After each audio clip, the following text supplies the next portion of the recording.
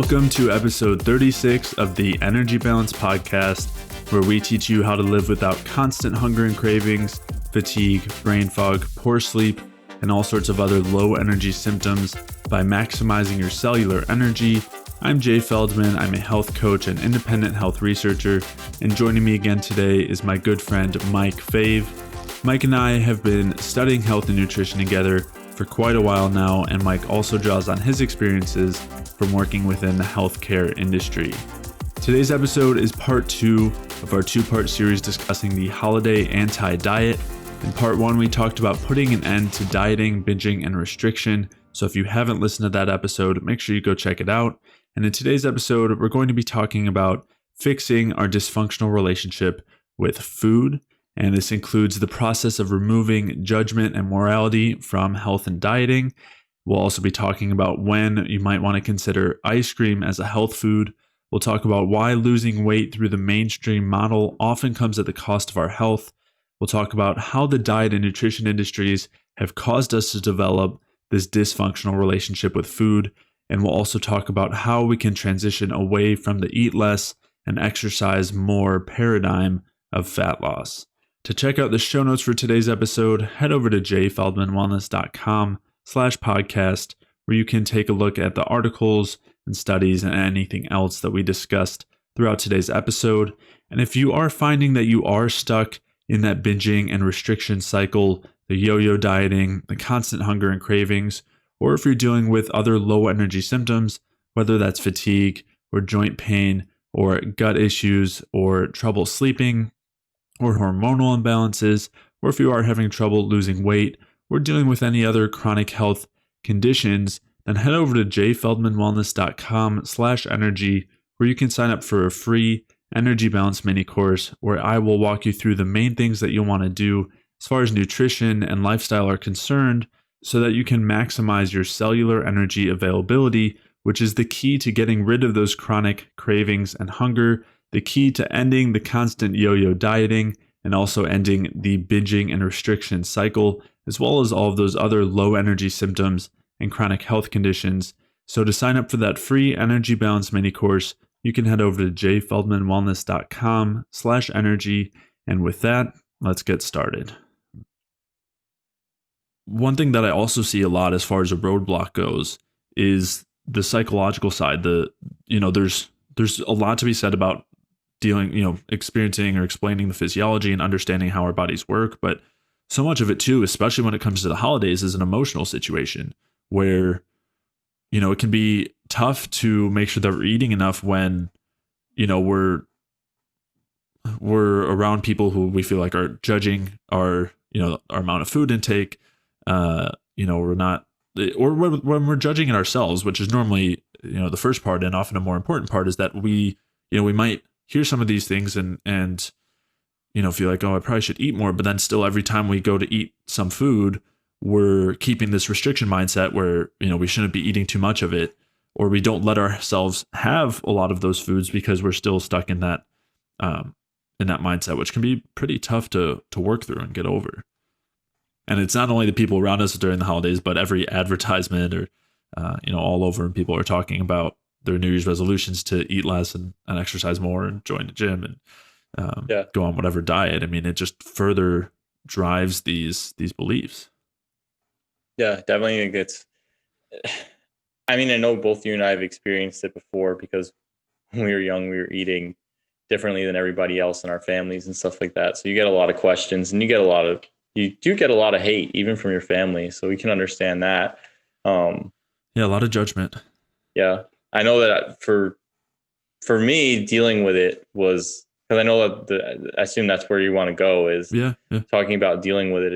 It really, I think, just comes down to, just accepting what your position is and accepting what you're doing. And then, really accepting it. So if you are overweight and your family gives you a hard time about it, if you accept and understand, I'm overweight. When somebody tells you you're overweight, you're just like, okay, I'm overweight. If you have hair loss and somebody tells, and you're like, yeah, I'm losing my hair. And then somebody tells you, oh, you're losing your hair, and they make it, yeah, I am. What? Where do you want to go with it? It is what it is, So the first point is the acceptance with it. And then it makes it easier to be okay with doing what you're doing. if you're trying to make a difference for yourself and you're trying to lose your weight or stop hair loss or deal with whatever situation you're going on, and it's going to require you to step out of the normally accepted bounds, people are going to have a problem with it. Some people are going to give you a hard time about it. Some people are just going to be curious and inquisitive about it. And so you sort of have to root through and see, you know, some people are going to be like, well, why do you do that? And then you tell them, and then some people are like, oh, that's weird.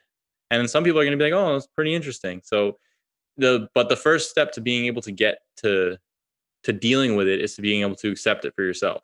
And a lot of situations from a physiologic level, being overweight is not accepted because there's issues with it. If people are having extreme obesity or are very heavily overweight, that is signaling a physiologic problem. It is signaling that something is wrong. Now, that doesn't mean that there's a moral problem with the individual. You know, I know that there's a stigma with it in society, right. But which is weird because most of American society statistically is overweight, and a large portion of American society is obese. So the fact that there's such a stigma against it doesn't really make any sense when it's the norm. And there's no stigma against other health conditions and other health symptoms. And the thing is, they are obesity and gaining weight are health problems to a large extent. Symptoms, I mean, yeah. It really depends on what, you know, it depends on because again, we also, to some extent for a while here, we had a skewed body image in the country. There's no doubt about the skewed body image, the images that people get flashed all the time. I mean, for men, it's the idea of being 200 pounds of pure muscle and 5% body fat, when in reality, that's only obtainable through steroid use for most people. There may be some random specimens out there. I'm not going to discount that. But I think for the majority of people, the idea of what men are supposed to look like in the modern image is completely unobtainable, unrealistic, doesn't make any sense, probably isn't healthy for most people, and is going to require the use of drugs. And a lot of the people who are displaying these pictures require drugs. And then for women, you have this idea. I mean, for a while, it was the skinny look, and that was done by starving yourself. And the women who were doing it by starving themselves. Mm-hmm. And then now I guess the new fad with all the Instagram stuff is having an extremely large butt and a really tiny waist which for a lot of people, and even on Instagram stuff, it's completely manufactured. It's completely photoshopped. A lot of the girls who are doing stuff like that are touching up the pictures, or they're wearing their clothes a certain way, or they have corsets on, and then they're working out an excessive amount, and so a lot of them are maintaining low body fats that are causing issues with their cycles. So there's just the images that we get in general for how we're supposed to look are obviously set at unobtainable levels for the vast majority of people. And unhealthy levels. Exactly. And at unhealthy levels. And then even more than that, so with that said, there also is an issue with being very overweight or obese. There's definitely health implications with that. So there's not necessarily a moral issue. There can be. Well, there can be. There often is, especially obesity. There often is. And so there can be health issues with that. And most times there is. And the same thing is there is physiologically, in a lot of cases, there is something wrong with that. It doesn't make it a moral judgment, but at the same time, the end of the day, it comes down to accepting it as, okay, I'm in this situation. Okay, I have hair loss. Okay. And it is a medical condition. I have hair loss. I have, or a physiologic issue, whatever you want to call it. Hair loss and autoimmune disease, being overweight, heart disease, whatever. They're all under the same umbrella. There's no separation between those. It's not like being overweight or being obese is some sort of moral problem of gluttony, and all the other medical conditions are, purely medical, physiologic. We're so sorry that you have this condition.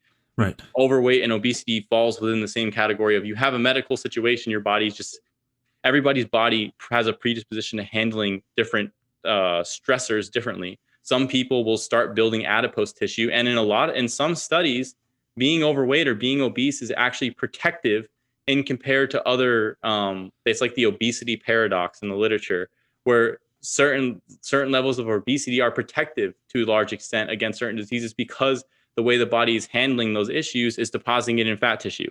So sort of we're just going to put it over here. We're just going to keep putting it over here. That's essentially, I guess the shorthand mentality is we have this problem, we're going to shove it over here so we don't have the issue like in our functioning areas.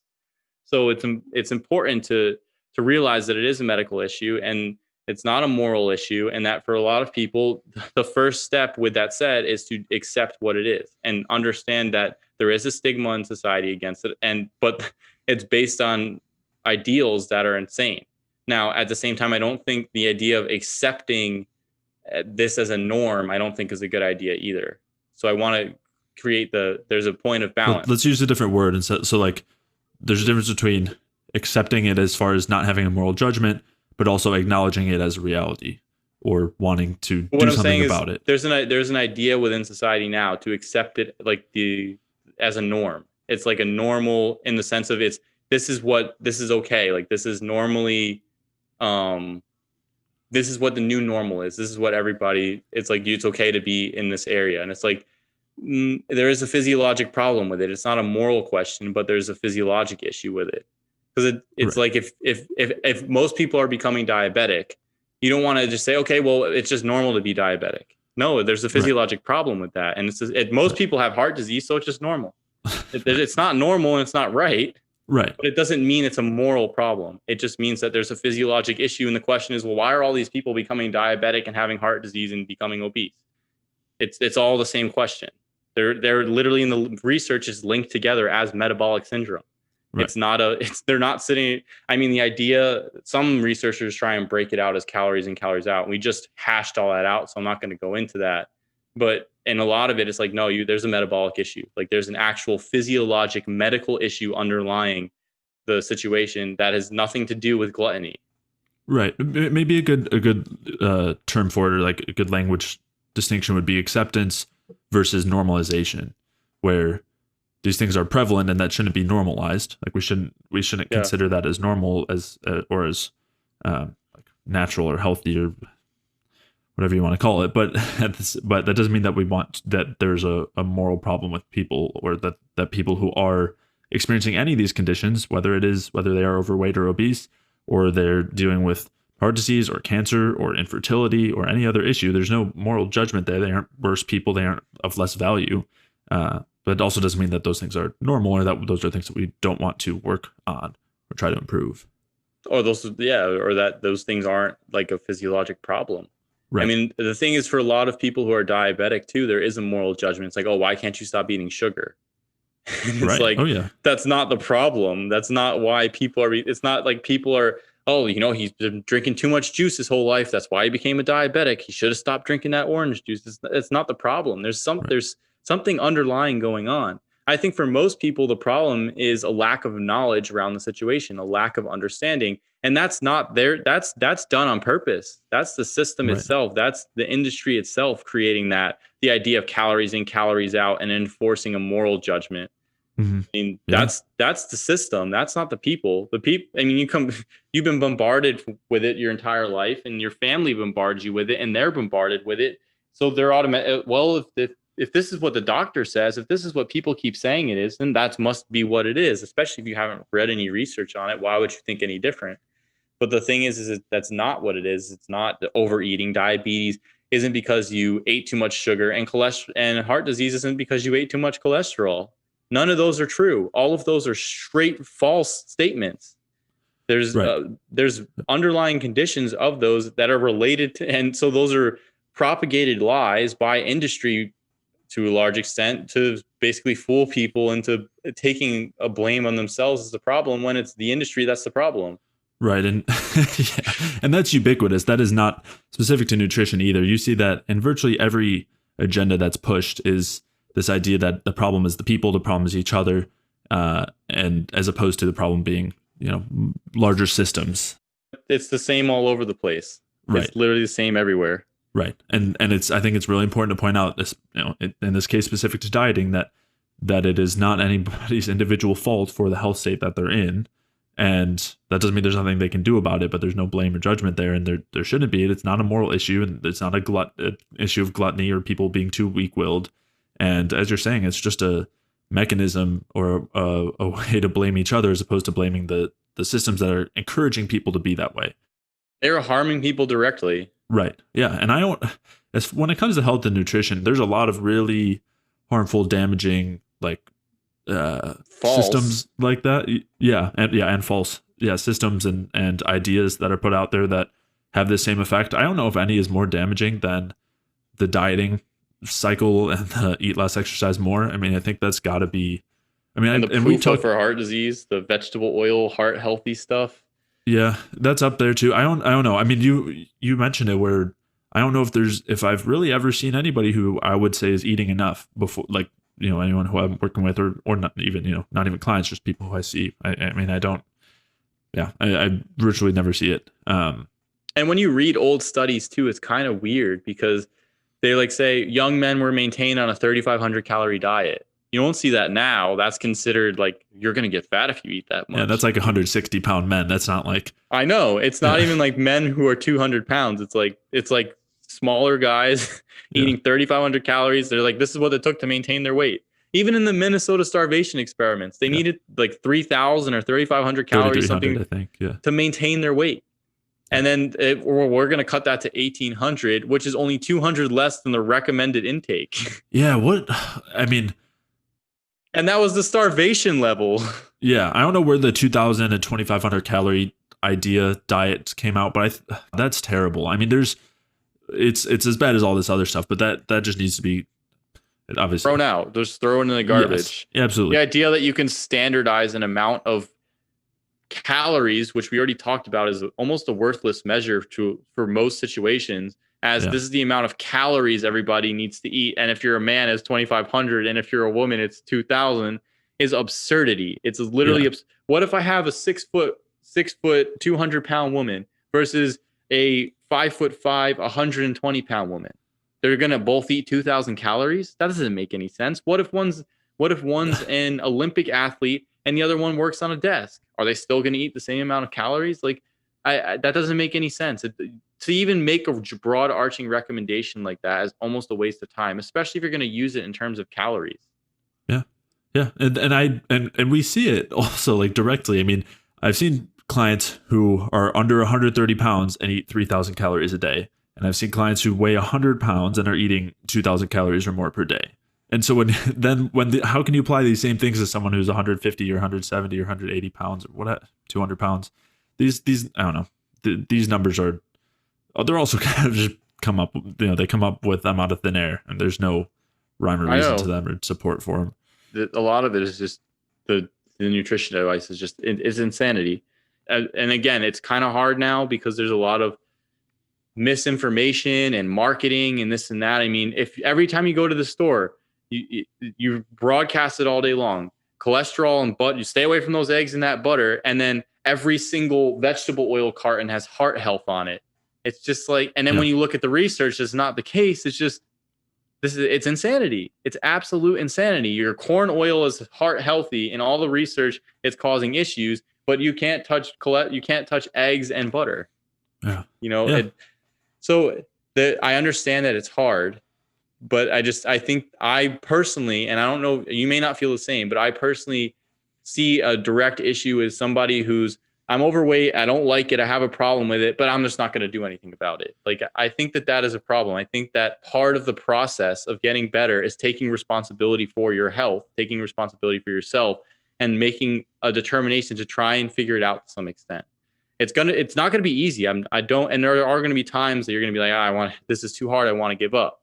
And I felt that way as well. It's just like, and that's where when you start getting the ideas of, well, if I just eat everything in moderation, maybe I'll be okay. If I just take the middle of the road on everything, then I won't get too much of one thing. So I'll be all right. And I mean, I don't subscribe to that strategy, but I can understand where people want to go with that. But I still think at the end of the day, part of the process of getting better and healing yourself is taking that responsibility. I think people but it's within the context of understanding that there are forces directly working against us in terms of information that's out there, and it's not going to be easy.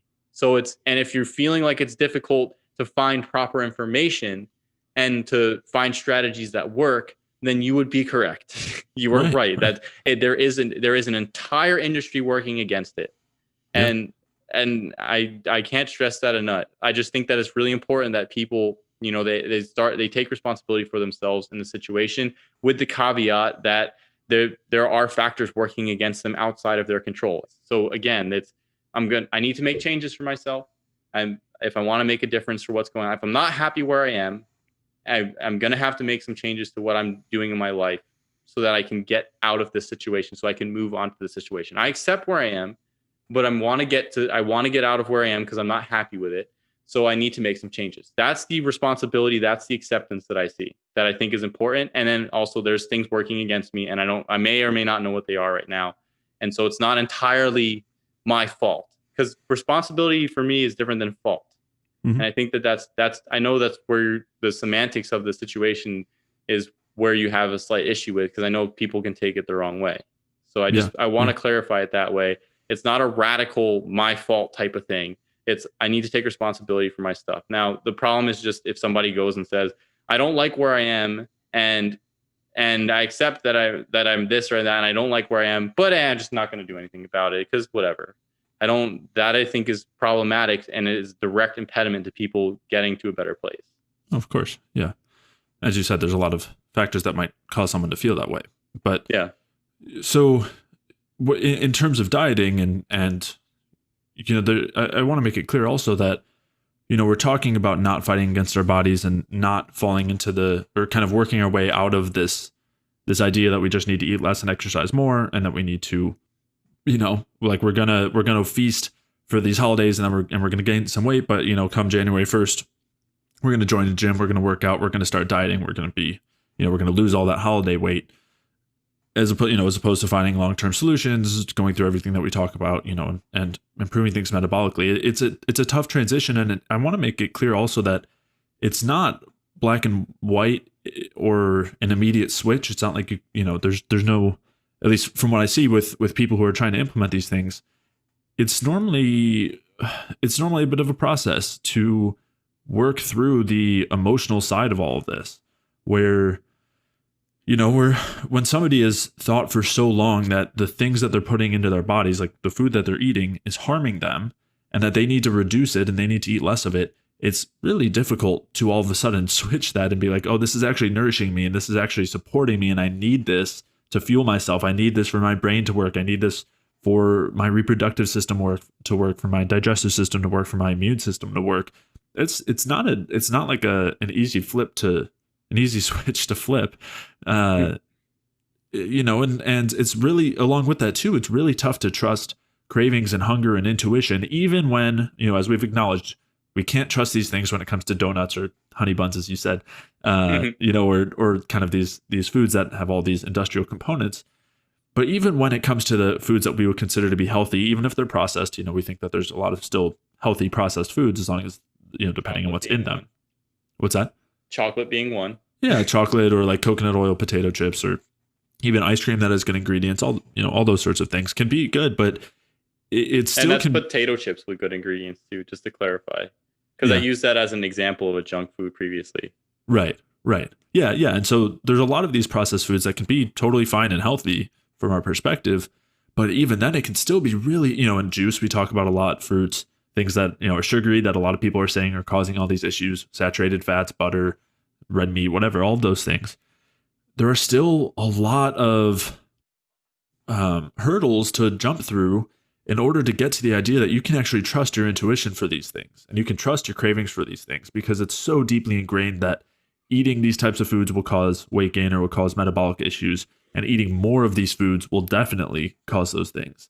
And so I see that a lot with people where it's, you know, the farthest thing from just a switch, it's a process of not only just trial and error, but part of it's experimentation and seeing how these things go, making adjustments, noticing how you feel, working through this all very slowly, as opposed, you know, what I'm not saying is just go free for all. And as soon as you've kind of come across these things, start chugging juice and milk and, you know, potato chips, even if they're cooked in coconut oil, like, you know, transition through these things slowly and start to try to get your diet, like get consistent meals and snacks throughout the day. Try to get enough fat and carbs in those meals, and protein as well. You know, slowly changing the types of foods that you're eating and slowly working away from some of those more harmful foods. Not that they can't ever be eaten, but at least working your way away from them so that they aren't a mainstay of the diet. And eventually where they're a very small part of the diet, if at all, depending on, your circumstances. But yeah, I mean, and also be gentle with yourself. Like, recognize that you might go through a stressful experience, whether it's something with work or with family or with friends, whether it is related to the holidays, and you might slip back into some of those ideas that, you need to restrict and that you can't continue eating this much because it will cause all these problems. And as you said, when you have media and the people around you telling you all this, it can be pretty tough to stick to it. And that's okay. Like, that's part of it. But the more that we can be aware of these things and work on removing the judgment from ourselves, and then also removing the judgment from how we feel and our hunger, cravings, and our intuition, the easier it'll be. And just remembering also that it's a process, and that's part of what this episode is meant to be too, is it's just a reminder of those things. I know we've had several episodes talking about weight loss before, and part of that's because it's a really common question that we have, but also because of how important it is to be eating enough. It's important to have these reminders and to remember that, especially at a time when a lot of these, there might be a lot of triggering situations when it comes to family and food. We want to remember that food is, ideally, when we're talking about good quality food, is a way to support everything that our bodies are trying to do for ourselves and nourish them and allow them to function better and allow you to feel better. That, our bodies are not fighting against us. They want us to be eating the foods that are healthy for them. They want to be healthy. And it's a matter of supporting them by giving them what they need. And that's a process too, as you said, as far as kind of unlearning what those things are that we don't need, and and relearning the things that we do need. And that's okay. It's not going to be an immediate switch, and that's fine. No, it definitely takes time. Yeah. It definitely takes time. And the other thing I want to add is that you can replace foods, comfort foods and things like that, with better options. Mm-hmm. I mean, you can, instead of eating Costco chocolate chip cookies cooked with soybean oil and 100 list of ingredients. I mean, back in the day, cookies was it baking soda, flour, eggs, sugar, and chocolate chips? I mean, just go back to that. Yeah. It can be that easy. It can just be switching it over into using something using better ingredients, because that's the largest part of the problem. Mm-hmm. Is a lot of the ingredients are crap. A lot of the foods are complete crap at this point. It's a bunch of ingredients that we don't even know. When did they start adding gums to ice cream? Ice cream was salt, sugar, cream, butter, or butter. Cream. Eggs. I was gonna say eggs, and egg yolks. So that's what it was back in the day. When did we start getting all these 100 different ingredients on the label? It used to be like 5 or 6 ingredients. Foods like that are still fine. Now, some of them, if you're having a weight issue or something like that, eating lots of ice cream can add weight. That's something that for some people can put on weight. So, and the thing is the other thing that this comes into is having some body fat on is not necessary. I mean, and no one current research or current ideas, like if you have any body fat, like you need to be shredded, but a degree of body fat is healthy. I mean, body fat has a function. It's not just of pure storage. Like, it has signaling functions, it has survival functions, it's adaptive. There's a reason why in other primitive cultures, having more body fat was seen as better, because you were healthier instead of just being excessively lean or skinny, which is what we currently have now, which doesn't really make too much sense. But as far as like the goal, that most. Yeah, as far as the goal, this doesn't, being below 8% body fat year round. I mean, even in bodybuilding circles is accepted as not healthy, and a lot of people maintain that using drugs. Something to consider. But at the end of the day, having a decent amount of body fat, or not a decent, having some body fat is healthy. Some of these foods can induce body fat, like a lot of ice cream can put some fat on. That's something to consider. But in general, you can, like, if you're going to have a Thanksgiving dinner, you can have for dessert, you can have cookies that are made well. You can have pie that is made correctly. Like, it really comes down to what the ingredients of the food are. That's what and you can having turkeys and, collard greens or whatever green cooked with bacon and stuff like that, or if it's beef bacon or whatever, because the fatty acids are better there. or it's cooked with butter and bacon bits, things like that, and then having like mashed sweet potatoes with a solid source of cream in there. Those are all fine. Those are all fine options. Those are all healthy options, and I mean, my mouth is water thinking about it right now, but they're all, they're all fine, and they're delicious options. It really comes down to what is in the food, and you can make a lot of these cookies back in the day were a genius invention. You have fat, you have sugar, you have salt, you have a starch, and you have an easily carryable food that can last a decent amount of time without needing to be refrigerated. It just makes sense. It's not only does it taste good, but it has a bunch of utilitarian functions. So same thing with bread, same thing with beef jerky, all these different types of things. The difference between now and then is the quality of the food. The quality of the food and the source of the food. And I think that's right. Really a really important point to put out. It's not that you have to only eat what do some of these diets say? You have to, it's just like, I don't know, raw vegetables and lean meats, and you can't have fat, and you can't, that's not the point. The point is whole grains. Yeah, well, you can, these like there's austerity diets. They're like, Pete called them, like, what did he say at one point? He was mentioning them as like they were like poverty diets. Like when people were poor, these were like the subsistence foods that they turned to. It's like now that has been created as the new healthy. And it's like, right. Clearly everybody wants butter. Most people love butter. My baby sister my dad puts butter on the crackers, and she just eats the butter off the cracker and she throws out the cracker. I mean, there's clear taste or desire for sweet things, for fatty things, for meat. A lot of people like red meat. A lot of people don't really like super fatty fish and things like that. And so the preferences are for these things. It's just what's going on now is that people are meeting these preferences with these industrial foods that are just complete garbage. And it's so you can just make those foods correctly. Right. You just make them with the right. If you had French fries fried in beef tallow, or you fried them in coconut oil and you didn't like really deep fry them, it makes a big difference in the food. And it makes a difference in the food quality, and it makes a difference on the effect on the body. So those are important things to remember. You can have a lot of these different foods. You can make it work. For a lot of people that I work with eat Tate's cookies. They eat the gluten-free Tate's cookies every day. They eat chocolate every day. They don't have a weight issue with that. They're not gaining weight from that. A lot of people lost weight with that because they started eating more. They started increasing their metabolism, and they removed the problematic foods. Mm-hmm. So I want people to realize that it can be like, it doesn't have to be an austerity diet as well. Right. You can enjoy these things, and just for Thanksgiving, make quality foods. Sweet potatoes with a solid, you mash sweet potatoes with a solid cream and either some maple syrup or something. That's great. It's delicious. Yeah, absolutely. Yeah. I mean, when we're looking at the holiday foods, a lot of them are not too bad. Except when you try to modify them and make them conventionally healthy, that's when they become a lot more problematic. And you see that too, man, as far as like holiday diet tips. So much of it is basically how you can make these foods so much worse for you by trying to make them diet friendly. Yeah. And taste worse. Yes, and taste worse. Yeah, and that's kind of what we're talking about too, is there's a reason why we have taste for these things. And you had mentioned, weight gain with ice cream, for example.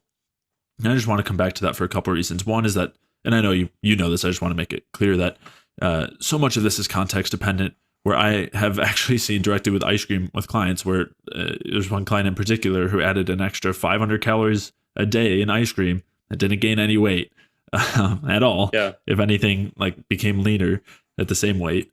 And so if somebody is coming from, I think what the bigger concern is that if someone is coming from a very low calorie diet and a lot of dieting, and then they add in a ton of extra food, and ice cream being one of those as something that's really easy to eat a lot of, then that can be a problem. But it's not the ice cream itself. It's not the milk and cream and eggs and salt and sugar that are in there. It's the transition from the extreme diet to eating enough, which the body our bodies take a while to adapt to those things. And so there's ways to do it that are going to result typically in less weight gain. Yeah. But yeah, and that's kind of a more intricate situation. But the point being, the larger point is that at the very least change the types of foods you're eating. So if you're eating, as you were saying, like if you're eating bad quality, quote unquote, dessert foods, good quality ice cream is a great alternative. You were just making a caveat that, again, for somebody who's metabolically compromised and dieting. Yeah. Yeah. I just don't want people to come and start eating, because I see this happen with some people who start seeing some of Ray's work. They start eating a lot of ice cream, or they start drinking a lot of whole milk, and they're coming from a place where they're going to put on weight just in the start because they've been starving for a long time. And then they put on a ton of weight, and then they get discouraged, and then they just think that the whole paradigm doesn't work. I think that, I like to put out the caveat for that stuff, because some foods are easier to put on weight depending on your context than other foods. And that's why I also said having some weight for people is not a bad thing. There is having some body fat, if the fat is from saturated sources, if you're putting on some body fat, and for a lot of people, dairy is meant to be a weight gainer, just so people understand that. I mean, it's meant to put not just fat, like it's a tissue builder in general. The idea of dairy for especially calves and whatnot is that how much weight does a calf put on when it's drinking milk from the mom? Like a couple 100 pounds. That's the point of the milk. It's not all fat, but it has like a tissue building effect. So for some people, depending on what your metabolic context is, some different foods might put on weight gain. And that's why, and the thing is, the weight may not be bad. It may not be terrible weight or anything like that. It's just, if I want people to understand that there is some foods that can put on more weight than others, whether it's a combination of fat and muscle. I mean, when I was drinking a lot of goat milk, I was extremely strong in the gym, and I was 215 pounds, but I was probably like 16 to 20% body fat. Whereas now without milk, and part of it is that I do have a dairy allergy, but besides that, and the allergies, again, that can change things as well. That can seriously change things. But when I dropped it, now I'm 190 pounds, and I'm a lot less body fat, but I'm also weaker than when I was in the gym. And that's just the effect of the dairy. It has a very potent tissue building effect. Yeah, well, and that wasn't only dairy. I mean, there's a lot that happened between now and then, just to make that clear. Well, I know, but it's for me as well, dairy, just because I do have the allergy, I don't respond well to it in general. And it does affect me differently, because for you tolerate it just fine. And that's why I say there is an individual context that needs to be considered. And if something is, even if we give a principle or a category of food and it's just not working for you, then it's time you have to play around with it a little bit. And that's why you say to adjust it slow. I just don't want people to come right away and see that you can, I can have ice cream. And then they just, because everybody loves ice cream. Even though I have the allergy, if you give me ice cream, I still like ice cream. Who's not going to like ice cream? I still love butter, use it every day. So it's just, you have to find your context. I just don't want people to, it's like, because again, you get the free range automatically, and you're like, ice cream every day, 500 calories worth, sign me up. And then they start to gain a lot of weight if they're not paying attention. Maybe they're not reacting to it well, or whatever the metabolic context is. And this doesn't work. This isn't right.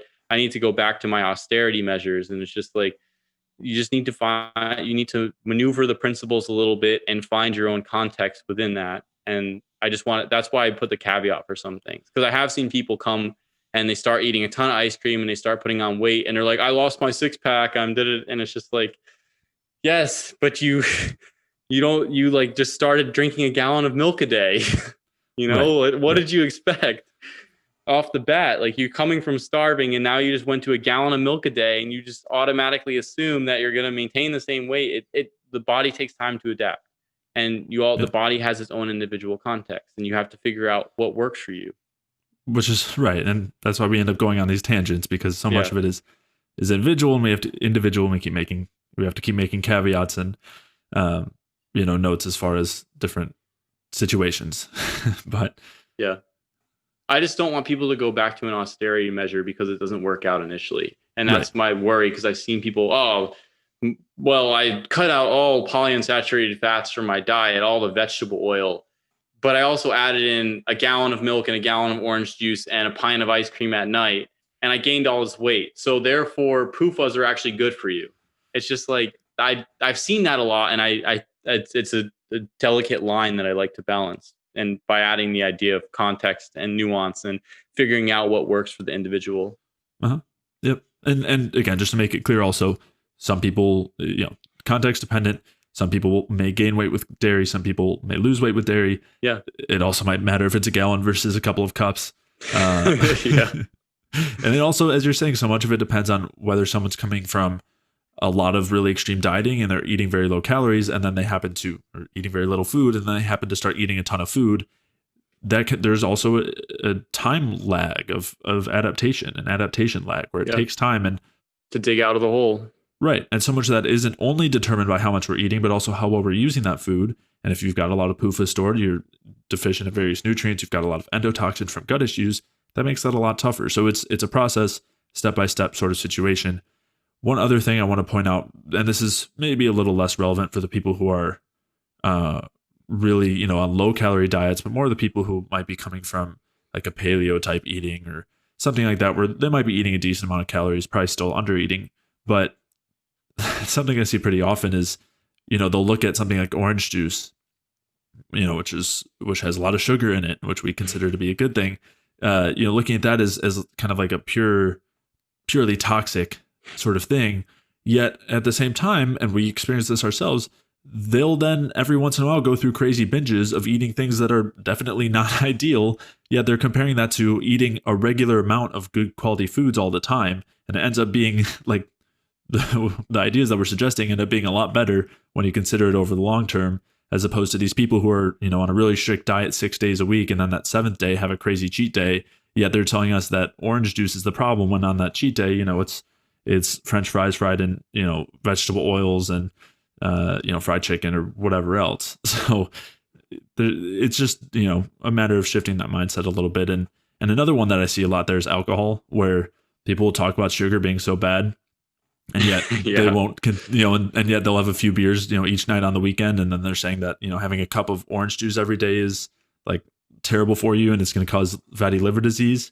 Not to say that like a few beers will do that on its own, but it's just completely contradictory. So, I mean, my dad does that. My dad literally, he's somebody who, he doesn't say fatty liver disease, but he'll be like, I'll try and get him to, get some more calories in and like some nutrition. I'll be like, why don't you try having a glass of juice with your meal? Because he severely undereats. He severely undereats sometimes. And it's just easy to get calories in his juice. Especially because, and with older people, if digestion is impaired or slowed down, things that digest easier like juice are better. So I'll just be like, he really likes red wine. So I'll be like, so why don't you just have a glass of, red grape juice with each meal? And he's like, because it has all that sugar. And then I'd just be like, but you're drinking red wine, which is grape juice, except the sugar is now alcohol, which is severely worse than the sugar. And he's just like, yeah, but red wine has been shown in all these studies. And I'm just like, well, grape juice has been shown in all these studies to do better than red wine. So there's just like, there's all these, it's like cognitive dissonances or some hypocrisies that are just, and the thing is there's this, and that's part of the media stuff. That's part of the advertising thing, where for him, you see all these articles all day long bombarded. A glass of orange juice has just as much sugar as a Coke, and or it's more dangerous than cigarettes or whatever. Yeah, or something like that. And it's just like, because in one study they singled out that granulated sugar has a problem. Therefore, since juice has sugar, it also has a problem. And it's just like, okay, well, what's the context? All of your cells use sugar. All of your cells use sugar to function to some extent. They can oxidize sugar. It's one of the primary oxidants that's used. And then it's the same thing with the fructose studies. When we give rats a ton of free fructose, they develop issues. But so since fructose is bad and there's fructose in fruit juice, then it must be bad. Yet we don't see any negative effects of people drinking fruit juice in any studies. And we don't see negative effects with animals. It's good for them. And yet the media wants to sit there and claim that fruit juice, it causes diabetes and sugars, and because it has so much sugar and it's the equivalent of drinking X number of sodas a day. And it's just like, it's all this conflation, like massive amounts of conflation with zero evidence to back it up. And then people evidence. Almost nothing. It's so poor, it's almost zero. And then people, they get bombarded with it all day long. So it's just like, well, if it's bad here, then it must be bad there. And it's like, well, and this is why we always go on these tangents, because context is important. If you're having a bunch of Sprite and the Sprite is high fructose corn syrup and a bunch of other preservatives and whatnot, and not to mention if you're having the 0 calories, 0 sugar Sprite, it's even worse. and then you're comparing that to a glass of juice with a ton of sugar and a ton of nutrients. It's like, and all the different plant compounds and everything else. It's like, it's a non-comparison. It's a complete non-comparison. Why are we even going there? Yeah, it's about as bad as the same study that or article he saw saying that red wine, a glass of red wine equals an hour of exercise, because they were looking at resveratrol in whatever mice and completely misinterpreting the effects and saying that they were the equivalent of exercise. And then because there's resveratrol in red wine then equals exercise. Like, it's just as bad as it's all conflation. It's all conflation. It doesn't make any sense. It's not. But the point of the statement is that people are bombarded all day long with these message, and they wouldn't know. They couldn't even tell you the hypocrisy in the statement. It's not known because you get bombarded all day long. Your email box gets sent this all the time. New study finds drinking X number of cups of red wine a day. And, people love red wine. People tend to like their alcohol. So, and especially like if you can get like sweet alcohols or things like that, a lot of people like it. So, if it's good for me according to these studies and I like it, and you get bombarded with it every day, then you start to create this mental framework that's based on advertising and not based on reality. And I think that's a lot. And then we even see that with all the different models. They're not reality, but people accept them as reality because of how often it's seen, how often it's bombarded. And I mean, that's part of why we're doing this podcast, is because for you and I, a lot of times we would do things and we wouldn't be feeling good doing them. Like when we went low carb for a while. And then for me, it was just like, I was like, well, maybe if I start eating carbs, and then we would just do it, and then we would just binge, and we would feel better. But we wouldn't allow ourselves to continue to do that because we had this model that carbs and insulin are so bad. But when we started, one of the things that opened our eyes is when we found the different works, like when we found some of Pete's work and stuff like that. And then we started looking at some of the studies, and you started looking at some of other people. Well, they're eating a lot of carbs and they don't have all these problems. It sort of like gives you permission to try. And so I think one of the important things about what we're talking about here is it gives people permission to experiment and say, well, maybe I'm not going to die if I have a glass of orange juice in the morning.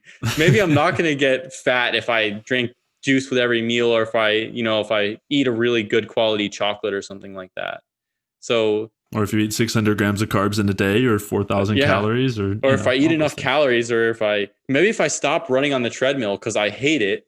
And, all I did was my weight workout. And then maybe I was a little hungry for carbs after, and I allowed myself to have that white rice with butter. And wow, I felt so much better that, that you can do that.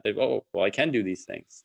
And again, this context is for people who are trying to be healthy and things like that. If you're trying to go for a bodybuilding show and you want to cut down super hard and get to ridiculous body fat levels, some of this stuff may not be helpful for that. It can help you be metabolically healthy, and for some situations, depending on what your goals are, it can compromise. Like you have to make compromises. If you want to be 2% body fat, which is, your body does not want to be 2% body fat, especially women, and even men, then you're going to have to compromise in some areas. You're going to have to do some extreme things.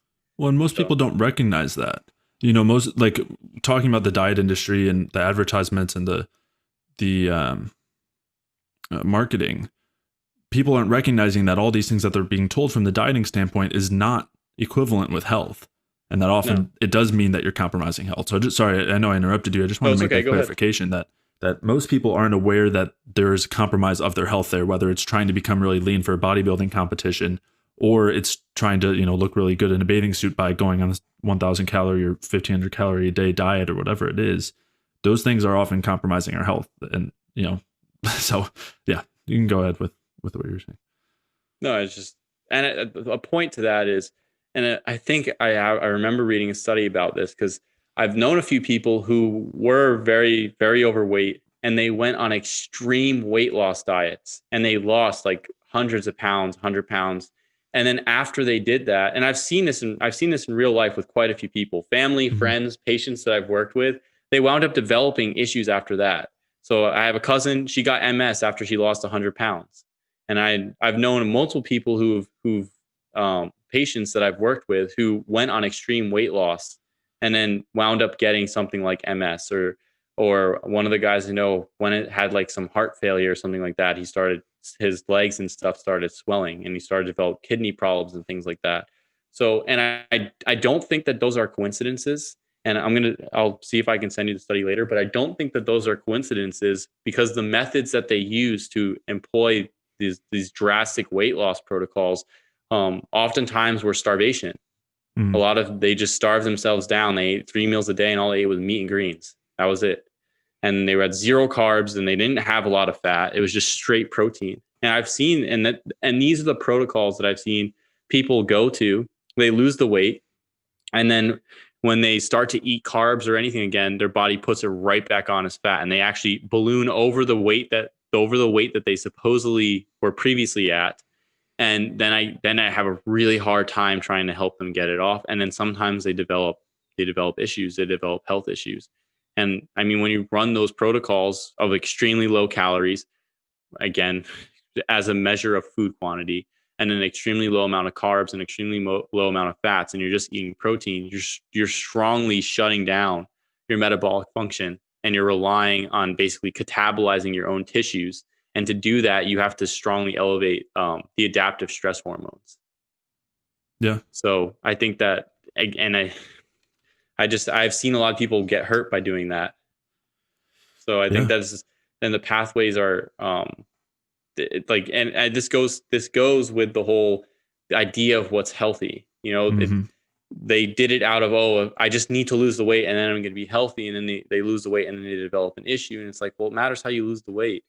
Right. You can't just starve yourself down and completely deplete your body.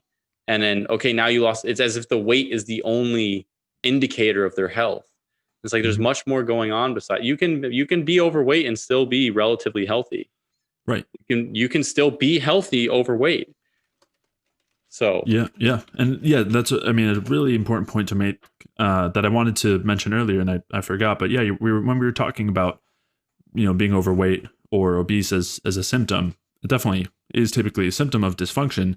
But also, you can be in those scenarios and be relatively healthy metabolically, depending on the context. And and so that's kind of what you're mentioning now. And also just the idea of shifting that perspective from weight to health, and from short-term result to long-term result. And the reason why I'm pairing those together is because the focus on health does tend, over time will lead to long-term weight loss, assuming that it's done properly, but it is a longer process and it's not linear. But it's not going to lead to what you're talking about with that, short-term weight loss, and then you end up gaining the weight back and more. That yo-yo dieting, which is really just dieting, because any diet is really that. And then also, and one thing that might be helpful in shifting from the short term to long term is just trying to take a minute to look back at, previous years, decades, whatever it is, and seeing that cycle in yourself. And I think so often people are motivated by, they'll look at older pictures and they'll be like, oh, I was so overweight there. Look how overweight I am now, and I really need to just get rid of it. And yet they keep doing that every 5 years or 10 years or 3 years or every year, whatever it is, where it's like, oh, look at how I was then. I either need to get back to that, or I look at how I am now. I need to get back to what I was, at a prior time. And people then do that for their whole lives. They end up on that same dieting cycle until 80 years down the line, and continuing that same process of losing weight, gaining weight, losing weight, gaining weight, and not recognizing that everybody who does that, the graph, while it does go up and down, always ends up going up in the long term. It's always ends up like averaging as a pretty good line that just trends up, and you lose the weight, but then you gain more, and you lose weight again, and you don't get quite to where you were, and then you gain more, and you have that, little stair climber up. And yeah, that's a result of that short-term mindset. And so trying to shift away from wanting to change your diet and lifestyle just to look the way that you did at a prior time or fit into something, as you said earlier, instead shifting towards wanting to become healthy in all sorts of other ways, focusing a lot on various symptoms, whether it's sleep or various chronic health conditions or, hormonal health, or skin health or gut health, focusing on all of those things as really good indicators of health, including metabolic health, and still using weight as an indicator as a symptom, but just looking for that as typically one of the things that shifts much later on after improving a lot of these things from the metabolic standpoint. And I think just maybe a couple of kind of summarizing points, or just looking back, the focus on accepting where you're at, not judging yourself, starting to work on listening to your own intuition, your cravings, your hunger, focusing on the health markers, focusing on long-term health as opposed to the short-term things. Working on trying not to fall into that dieting mindset, trying to be aware of those things, especially when it comes to the holidays, not trying to do all these things to limit your portions and limit how hungry you are and fill up on the protein and water, and trying to really shift away from the idea that food is harming us and that food is the problem, and instead considering it as something that's really helping us, nourishing us, supporting us. Again, assuming it's the right foods. What we would say is the right foods, or the right categories or groups or principles or whatever. Right.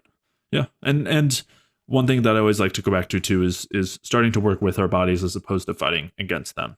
And a lot of that comes from this idea of recognizing that our bodies are not out to get us. They're not trying to make us overweight or unhealthy. And instead, those signals are all there for a reason. And as long as we're listening to them in the right context, we end up in a much better place physiologically, health-wise. And I would like to add that you're not a genetic, you don't have a genetic destiny to be this or to be that. Right. There's a predisposition for some people, but it doesn't have to be how it is. And sometimes it's going to be harder for some people than others. People are going to, especially with weight loss, people are going to have different compensation strategies. And so to just keep that in mind, it's not, because I hear it a lot. I hear it a lot from from patients that I work with. It's like, oh, I have diabetes, but it's genetic. And it's just like, it's not genetic. I can't say that because it doesn't jive with the general model that's accepted. Mm-hmm. Especially in the hospital, you have to sort of stick to the script. But at the same time, a lot of there's something that can be done. It's not just genetic. It's not a destiny. It's not set in stone. Oh, well, my mom had heart disease. So, and you talk to people too. I talk to them too. And they'll say, my grandma lived to 97 and she didn't have any disease, but my mom had congestive heart failure. And well, now I have congestive heart failure. So it's genetic. And it's just like, well, what happened to your grandma? She didn't have any diseases. And and the difference, in my opinion, is change in generational diet. Grandma was, and this particular individual was from the Philippines. Grandma owned a coconut farm. So her entire diet was coconut products, fish, and fatty pork, and whatever vegetables and stuff they grew in on the farm. So, but her mom didn't live on the farm. Her mom grew up on the farm, and her mom still died of congestive heart failure in her 90s. And grandma didn't even have congestive heart failure, but her mom didn't live. She grew up on the farm, but she moved towards like the cities and started changing up her diet along with what was going on in the city. And then her daughter moved to the United States, and she has congestive heart failure, and she's 50. So you can see the generational decline. And when you can, and again, this is anecdotal, but when you can start to piece together the picture, and well, grandma grew up on the food that she was growing in the Philippines, which consisted mainly of coconuts, fish, and fatty pork. And then the mom grew up on those foods and then moved to the city and then changed her diet up in the city. And they started using vegetable oil and whatever else to cook because that was, it's healthy. And then she got a chronic disease. And then the youngest daughter who I'm talking to is in the United States, who has that problem that mom developed in the 90s and 80s and 90s at 50. And she didn't grow up on the farm and she didn't grow up eating those foods. You got to start to think, well, where's the difference? Yeah. And where's the genetics there? Where maybe there we see a predisposition. If they're going to be sick, we can see the heart failure predisposition. But why did all of a sudden from one generation to the next, we have a 50-year difference, a 40-year difference in development of a disease? and then from one generation to the next, the development of disease versus not having a disease at all. Right. Well, and I think two things I want to point out. One is that fatty pork that you're mentioning was probably more saturated than typical pork. Well, they were eating coconuts. Right, exactly. So it doesn't have the PUFA problem. But the other thing too is part of why we're seeing these things escalate so quickly, really, exponentially, is because not only do you have continually worse and worse environment, continually worse and worse food supply, and other environmental factors that, there's a ton. You also then do have some of that being passed down, some of that susceptibility being passed down epigenetically, as you said, or kind of as we've discussed. So even if mother and daughter were in the exact same scenario, which is not the case that you're presenting, but even if they were, if mother's situation was suboptimal, then daughter's she's going to be experiencing it even worse because she's starting from a worse place. Well, it's spiraling down because you have the damage from mom's lifespan happening with the daughter, and then the environment getting worse. So then you have a synergistic negative effect. Right. Yeah. When we're talking about adaptation, it's happening within each individual all the time, but it also happens down like down a family line. Yeah, but it happens down a family line. Like the adaptation doesn't stop at the individual; it's passed on. Those same. What was that rat study that showed like effects 14 generations down the line or something like that? Well, and there's Pottinger's cats as well, which was. I mean, they saw differences in one generation that lasted, I think, for 5 generations, even when the effect was only on the first generation. So, and that's kind of what I was alluding to, where there was no, you had a change in environment initially. And that one change lasted 5 generations down. So, yeah, but it can be changed. Right. It could be changed back. Yeah, exactly. As assuming one of those generations takes the onus essentially and makes the change in what they have available to them. Obviously for cats and rats, it's a little bit different. They're given their environment in the studies, but for humans, we have the capacity to make a change in that environment to some extent and manipulate the variables to our benefit. Yeah. Absolutely. All right, that's going to wrap up the Holiday Anti-Diet series. If you did enjoy these episodes, please leave a review, a like, a comment, or a 5-star rating on iTunes. All of those things really do a lot to help support the podcast. To check out the show notes for today's episode, head over to jfeldmanwellness.com/podcast, where you can take a look at anything that we referenced throughout today's episode. And if you are still struggling to break out of the yo-yo dieting and binging and restriction cycle, and if you're dealing with constant cravings and hunger, or if you're dealing with any other low energy symptoms, whether that's fatigue or joint pain or gut symptoms, trouble sleeping, insomnia, hormonal imbalances, brain fog, any other low energy symptoms or chronic health conditions, head over to jfeldmanwellness.com/energy, where you can sign up for a free Energy Balance mini course where I'll walk you through the main things that you'll want to do, some of the most important foundational things that you can do as far as nutrition and lifestyle are concerned, so that you can optimize your cellular energy availability so that you can correct all of these low energy symptoms and get rid of the constant hunger and cravings and also feel your best. So to sign up for that free Energy Balance mini course, head over to jfeldmanwellness.com/energy. And with that, I will see you in the next episode.